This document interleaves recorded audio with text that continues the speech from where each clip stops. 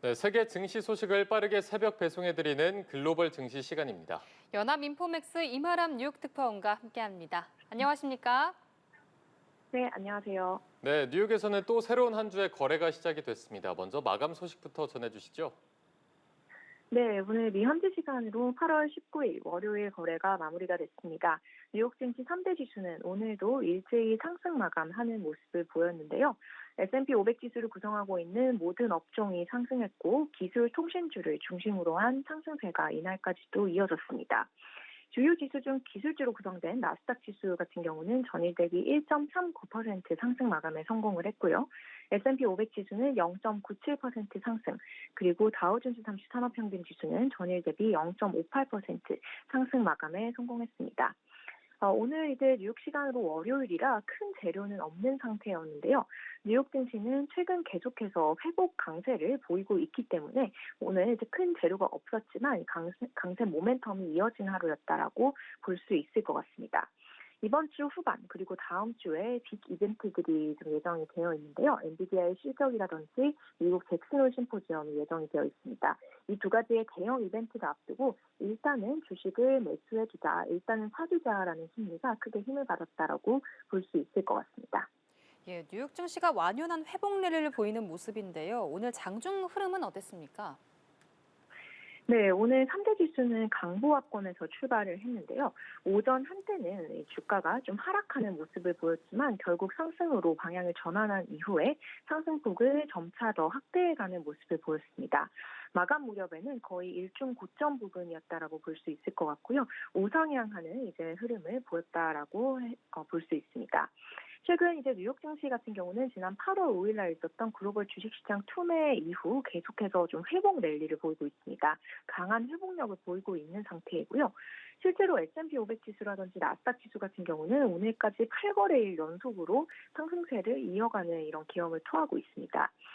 이렇게 8거래일 동안 주가가 계속해서 오른 것이 올해 들어서 처음 있는 일이다라고 하는데요. 물론 이 글로벌 증시 투매 당시에 주가가 큰 폭으로 화들짝 놀라긴 했지만 그 이후로는 굉장히 강한 회복력 그리고 견조한 흐름을 나타내고 있는 모습입니다. S&P 500 지수 같은 경우는 이렇게 8거래일 연속으로 주가가 오른 적이 흔치 않으라고 합니다. 1998년 이후 이런 사례는 단 10번 정도만 발생했다라고 하고요. 전문가들은 이렇게 뉴욕 증시가 계속해서 회복 방향으로 나아갈지 혹은 다시 이제 좀 막히고 좀 떨어지는 조정의 국면을 겪을지에 주목을 하고 있습니다. 결국 관건은 이번 증시 회복세가 알파벳 V자형으로 일어나느냐 혹은 W자형으로 일어나느냐 이 부분에 좀 주목을 하고 있는 상태인데요.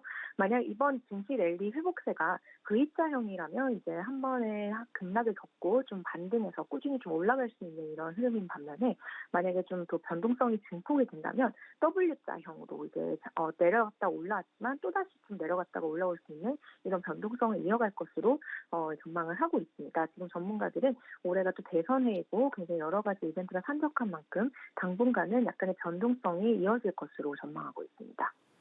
네, 엔비디아가 마이크로소프트를 제치고 다시 시가총액 2위로 올라서기도 했습니다.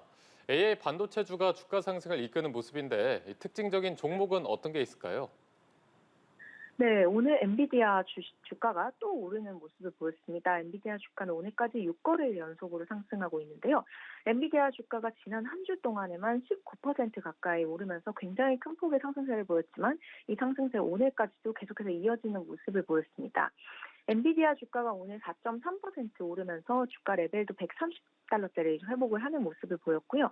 시가총액 기준으로도 마이크로소프트를 제치면서 뉴욕 증시 시총 2위 자리로 다시 올라서게 됐습니다. 엔비디아 같은 경우는 오늘 28일 날 실적 발표를 할 예정인데요. 이 실적이 상당히 괜찮을 것으로 월가에서 대체로 예상을 하고 있는 상태입니다. 특히 골드만삭스가 곧 발표되는 엔비디아 실적이 괜찮을 것 같다라는 얘기를 했고요. 골드만 같은 경우는 엔비디아를 매수할 것을 권고하면서 이 매수에 대한 확신까지도 가지고 있다라는 이 제안을 내놨고요. 이에 따라서 주가가 오르는 모습을 보였습니다.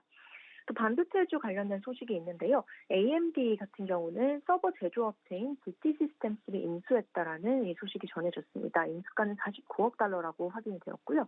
AMD 역시 이 반도체 그리고 인공지능 핵심 종목인 만큼 인공지능 사업 기대감이 커지면서 주가가 4.5% 상승 마감하는 모습을 보였습니다.